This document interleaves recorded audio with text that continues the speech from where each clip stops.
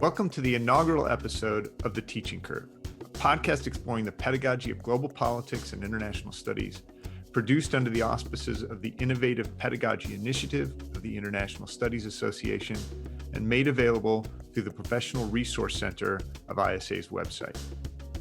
I'm Jamie Free, Professor of Global Politics and Director of the Center for Engaged Learning at Bridgewater College. Each episode of The Teaching Curve is a conversation with a thoughtful and innovative teacher of international studies. The personal stories of these effective teachers exemplify three foundational principles. First, the primary components of effective teaching are empathy, creativity, passion, and courage. Second, those qualities are accessible to all who are willing to put in the work necessary to become a teacher worthy of their students' promise. And third, doing so is worth the effort. The goal is to celebrate and inspire pedagogical creativity in a discipline that is particularly well suited to engage and empower students as academics and as agents in communities ranging from the local to the global. These conversations are not intended to provide pedagogical recipes to be followed. There are better media for that kind of advice. Instead, the podcast humanizes processes of teaching and learning through the stories of learning to teach. Dialogue is a better way to convey the inefficient and often awkward nature of muddling through such pedagogical learning. Today's conversation is with Seb Kaempf of the University of Queensland in Brisbane, Australia. I invited Seb because he's the recipient of the 2020 ISA Deborah Gerner Award for Innovative Teaching. Seb also received the 2013 Australian National Award for Teaching Excellence. He's received numerous awards and recognitions for his teaching at the University of Queensland, and the Carnegie Endowment for International Peace has consistently recognized his massive open online course, Media War X, as one of the top 10 courses on conflict resolution worldwide. With his UQ colleague, Al Stark, he hosts a podcast on teaching called Higher Ed Heroes. Seb, welcome. Jamie, thanks so much, and thanks for having me.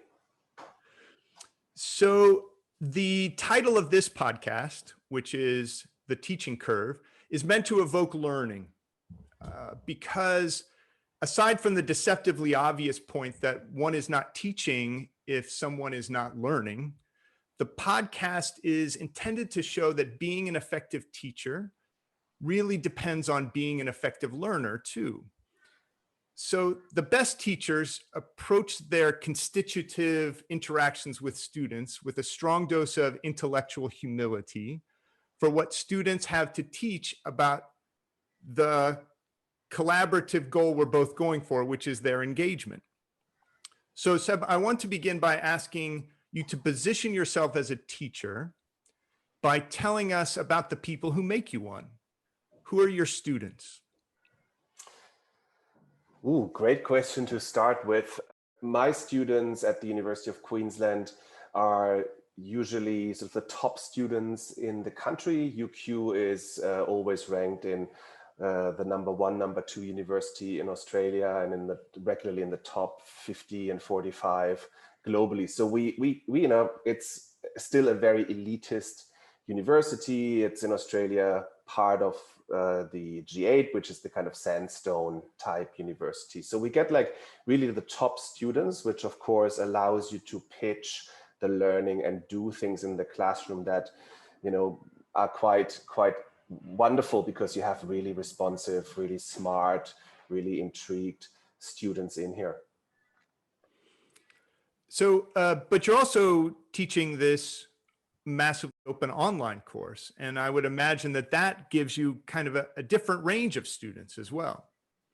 Yeah, absolutely. And you know, like the MOOC, Media War X, was born out of a course I teach on campus here, where we took that topic and then packed it and repackaged it as a massive open online course. And all of a sudden, you have to cater towards an audience that is composed of in a way a global classroom that's very different from, you know, that kind of elitist top-notch students here. In my on-campus course, this is a 3rd-year undergraduate course, so it's quite advanced. versus the MOOC, where you don't teach to third-year undergraduate students, but you have an age range that goes from something like 14, 15 to some learners who are like 85 years old, people who have, and we can see this in the statistics, might have a PhD who do this, others have a high school degree.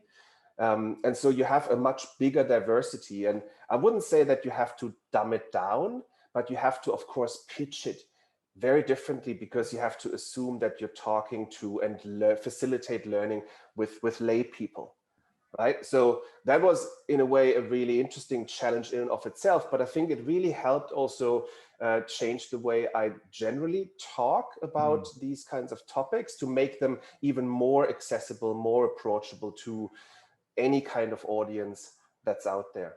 Ultimately, teaching does not work unless you are able to be an effective, unless you are a teacher who can empathize with the students, who shows respect to the students, who actually takes them seriously as human beings. So that kind of personal level, that personal relationship, I think, needs to be and has to be the foundation of all teaching that we actually do. If you get that wrong, no teaching can be effective. And that's sort of one of the things I have found out over the years, that I've always taken for granted, and maybe that's also the personality I am.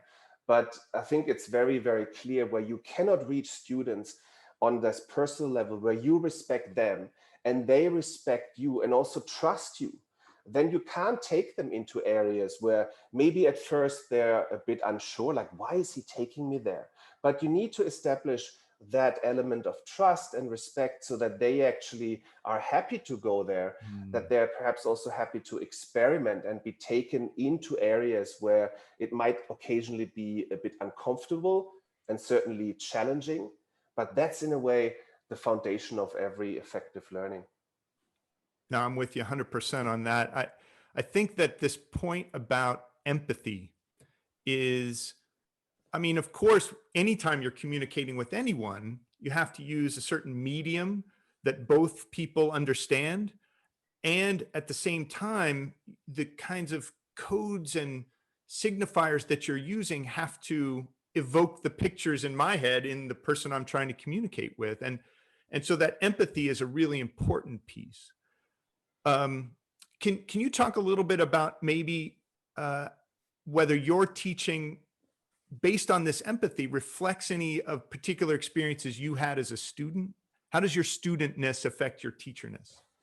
I think I'm sure everyone tuning in here, because it's an ISA podcast, right? We're all in the same boat. I mean, we've all, in a way, gone through our own undergrad and master's degrees, our PhDs, and because we never get trained to become a teacher, we get never trained really to do things in the classroom in certain ways. The only reference point we tend to have are like the people who have inspired us, right?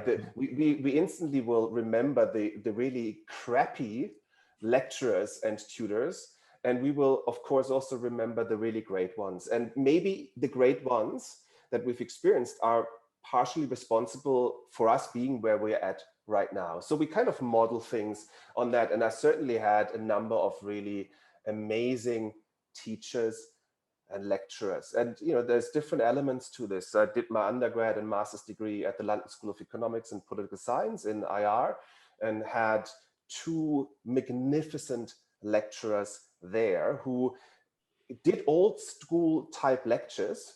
This was at a time when PowerPoint was just about to emerge. So it was very old school lectures, but they were just phenomenally immersive. And you were taken on a journey. And they had a narrative arc in their lectures and across the courses where I was looking really forward to these kinds of lectures, because they allowed me to really dive into a whole new different world. So there's a lot of approaches to that I've taken on in my classroom or in my lectures. When it comes to tutorials, it's of course very different, or seminars, which was very different from the lectures. Then, I remember very vividly the types of colleagues who just brought in something different where it was not about the difference, but where as a student I could instantly feel that this was fine-tuned to allowing me to actually learn about a topic in a different way. You know, be this exercise where we had to get up and stand up and move around, and, you know, like not having stock standard type of tutorials, but really well thought out types of activities that help students learn. And so that's in a way what I've, you know, adopted when I first started out, and something that I've refined over the years. And so one of the great pieces of advice, probably one of the best pieces of advice I've ever been given when I started teaching at university level, was to spend 5 minutes after each lecture and after each tutorial or seminar to actually write down the things that worked and that didn't work, and then just save those notes and then take them out the next year. So you actually have a good memory of what it is that you might want to change, right? And then I think very crucially is to actually spend quite a bit of time to think through what it is that you want students to learn and how you want them to learn in seminars and in tutorials. Because as lecturers, we are, you know, we're concerned with what's the course profile looking like, what I'm going to do in the lecture. And then you kind of give a couple of readings for the seminars, and that could be the kind of default, I leave it to my tutors. And so in a way, maybe the seminars and tutorials become those contact hours between educators and students that are the least thought through, but in a way are the most important ones when we think about what they're supposed to do in terms of student learning. Fantastic. That's great. So in the podcast, the Higher Ed Heroes that you host with Al Stark, you're quite explicit about avoiding buzzwords, which I appreciate. I was hoping I could get you, though, to unpack one of the terms that I've seen associated with the way that you're thinking about this, and that's the term constructivist pedagogy. Constructivist pedagogy, I think there's different ways in which we can actually see and understand it. I take this to mean that I see students as another term now, stakeholders in a learning environment that we both share. So it is, in a way, coming from a position that you as a teacher don't know all the answers, you have not the last wisdom here, but that you actually only happen to be a few years ahead of your students, but we're all in the business of learning. And so the centrality here is that you actually learn from one another and ideally design your courses around that. Of course, you would always intervene and do things, and you know, if things derail, right? Or if there was something that was just a wrong fact that was being stated and you correct. But I always find, and I'm sure, Jamie, you do the same, that actually, like, if you're testing out various things in your courses, I learn a lot from my students and through these interactions. And so it's a matter of designing that in that particular way. And what I do a lot, to give you more, maybe a more concrete example, is in my on-campus course on global media, war and peace, which is one of my current research areas,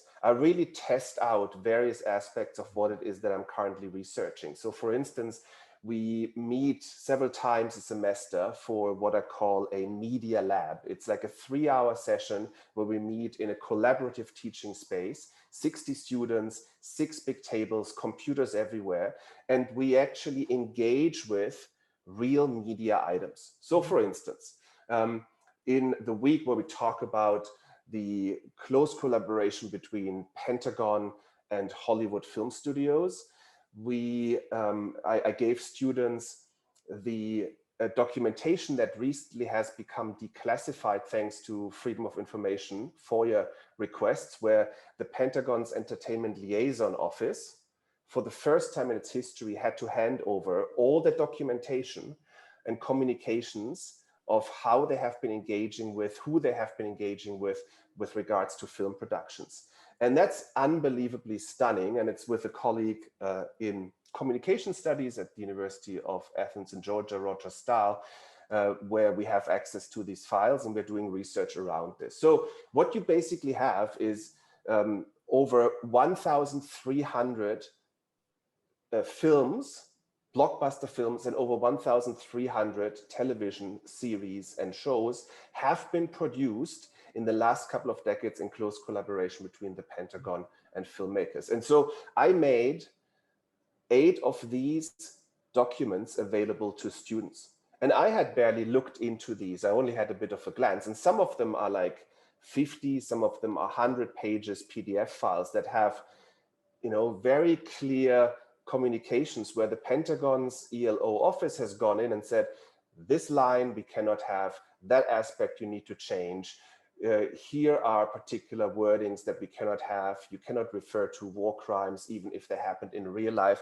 And it's all documented, and they send it back to the filmmaker. The filmmaker sent the new script in, they revise it. I mean, it's an unbelievable source. And so, making that available to the students over the course of 3 hours and say, okay, we've now learned about how this relationship works, how it has evolved over time, what its key debates are in the literature. But we've only so far talked about this, but let's get our hands dirty by looking at those files themselves. So we divide them up into 8 different groups and then say, okay, now do a preliminary analysis. We give them instructions. They can collaborate. We even did this via Zoom this year. So they got like a Word file that they can write on and then present it back to all of us, what you found in this particular movie. Right. And so that's what I mean here is that, you can, I think in the greatest possible way, really start involving them into getting a sense for research. And of course, if you can tie it around exciting documents like those kinds of newly declassified files, it becomes a really rich learning experience. Well, and of course, I'm thinking about them going home to their families and saying, I read this document, or to their roommates or whatever.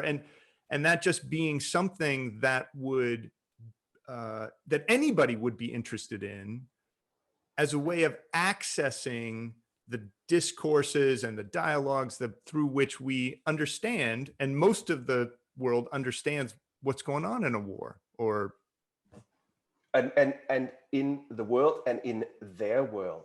Like one of the things that is really important, I mean, this goes beyond constructivist pedagogy here, but what I think is very, very good as a tool is to try and break down as many topics as you can and relate them to their own personal life. We've got wonderful ways in which we can actually implement this. The question really is, in the age where most universities value the research significantly more, the funding significantly more than the teaching, is like, how much time can we, should we wisely invest into the teaching? One of my colleagues, when I first started out, said that if we are honest with each other, the more lasting impact we will have as professionals will probably be on our students, not on in terms of what our research does. I mean, there's obviously exceptions, but I think the average person, that's probably the case for the average academic. And so I think it is something where you can really make a big impact on, and I think we're making a big impact on the students who we actually teach. And I think the first and most fundamental thing to bear in mind is that if we are not excited about being in the classroom, we can't expect our students to be excited. So we need to want to be there in order for them to also enjoy what it is that we do. So there is, I think, for teaching to actually work and for learning to work, we need to be enthusiastic about that. We need to be committed to it. And I think that's really difficult, where the message we constantly get, I certainly constantly get at my university, is like, yeah, that's all really great, but ultimately, out of the other dimensions of our job, it's the least important one. And what at least the research intensive universities are looking for is safe hands in the teaching. And I think that's in a way, it's hard, because we all know, like, writing an article, the gratification that comes from that takes a long time. Whereas like the instant gratification you get from having been working with your students, coming from a lecture that worked really well is something you instantly get, right? And so to kind of navigate between this is really difficult. And I just enjoy it too much to do a half-assed job.